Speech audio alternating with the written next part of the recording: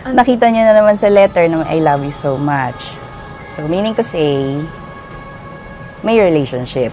Pinagpipiestahan ngayon sa social media, ang paglantad ni Abigail Wright, at ng kanyang 15 gulang na anak na si Cheska.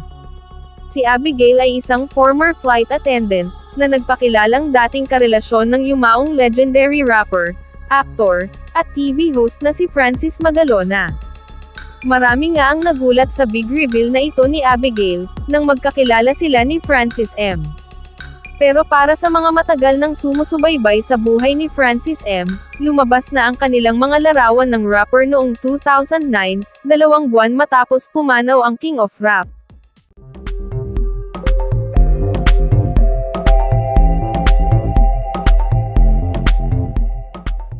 Sumakabilang buhay si Francis M., sa edad na 44, dahil sa acute myeloid leukemia noong March 6, 2009. Para sa mga hindi kabisado ang showbiz history ni Francis M., isang sorpresa ang paglantad ni Abigail at ng anak nito. Pero hindi na ito kagulat-gulat, dahil 2 buwan matapos pumanaw noong 2009 ang itinuturing na King of Rap ng Pilipinas, lumitaw na ang mga larawan nila ni Abigail, at ng kanilang sanggol pa noon na anak. Si Gail Francesca, na may palayaw na Cheska, ang bunga ng kanilang inilihim sa publiko na pagmamahalan.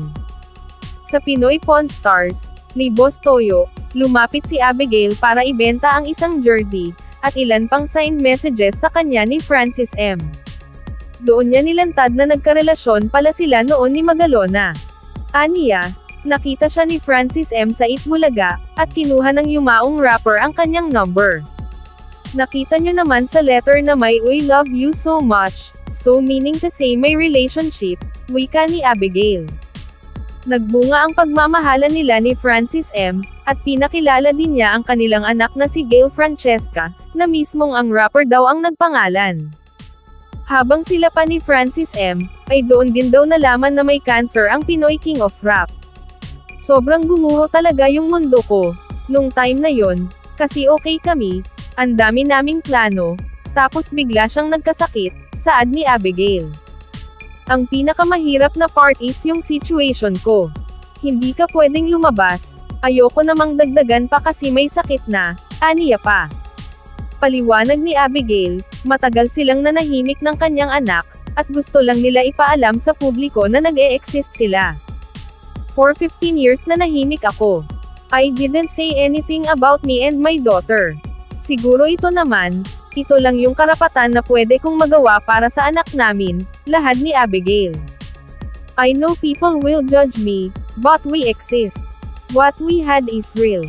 Me and my daughter is real, mahal niya kami, paliwanag pa niya. Naibenta niya kay Boss Toyo ang jersey at autograph ni Francis M. ng 500,000, at nais niya sanang ma-preserve ito sa museum na itatayo ng social media influencer. Samantala, kasunod ng trending niyang revelasyon na naanakan daw siya ni Francis Magalona, viral din umano ngayon ang pagbisita ni Abigail Wright, at ang 15 anyos nilang anak na si Gail Francesca, sa puntod ng rapper.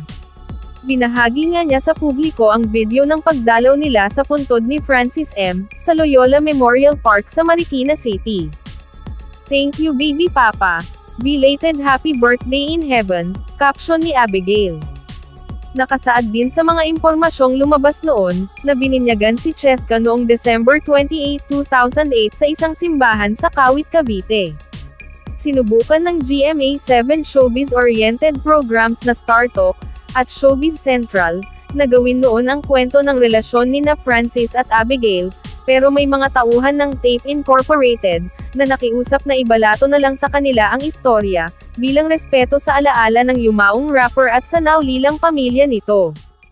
Para sa iba pang maiinit na celebrity news, ay mag-comment lamang po sa video na ito, mag-like at mag-share, at huwag po nating kalimutang mag-subscribe at i-click ang bell button, para maging una sa mga balita. Maraming salamat sa inyong panonood.